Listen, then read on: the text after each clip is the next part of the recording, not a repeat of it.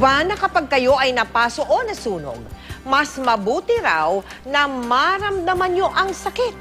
Kapag hindi kasi ito masakit, ay ibig sabihin daw ay mas malalim ang natamong burn o paso. Bilang pakikiisa sa Fire Prevention Month, narito po ang ilang mga tip upang maiwasan ang mas malalang pinsala sakaling mapasok.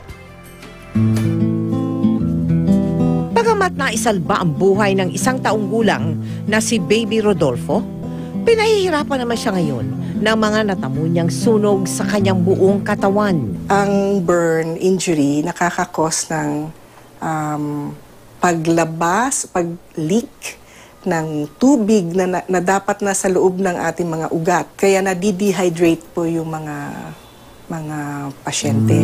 Sa mga ganitong katulad na sitwasyon, mahalaga raw na alam natin ang mga dapat gawin sakaling abutan tayo ng sunog sa ating bahay at magtamo ng mga paso sa katawan.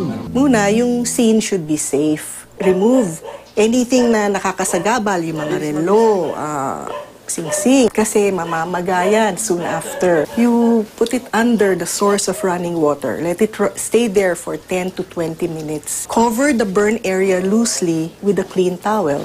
May payo naman ang Bureau of Fire Protection sa mga magulang. Kailangan i-educate natin yung safety aspect. Turuan natin ang mga bata kung paano mag-react sa mga emergency.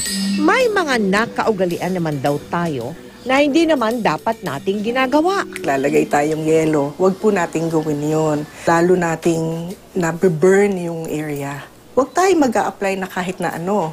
Butter or oil, yon, or kahit toothpaste. Di natin alam na source of contamination yan. Kaya ang payo ni Doktor, The most important thing is prevention. About 85% of burns happen in the house. Laging may supervision ng mga bata.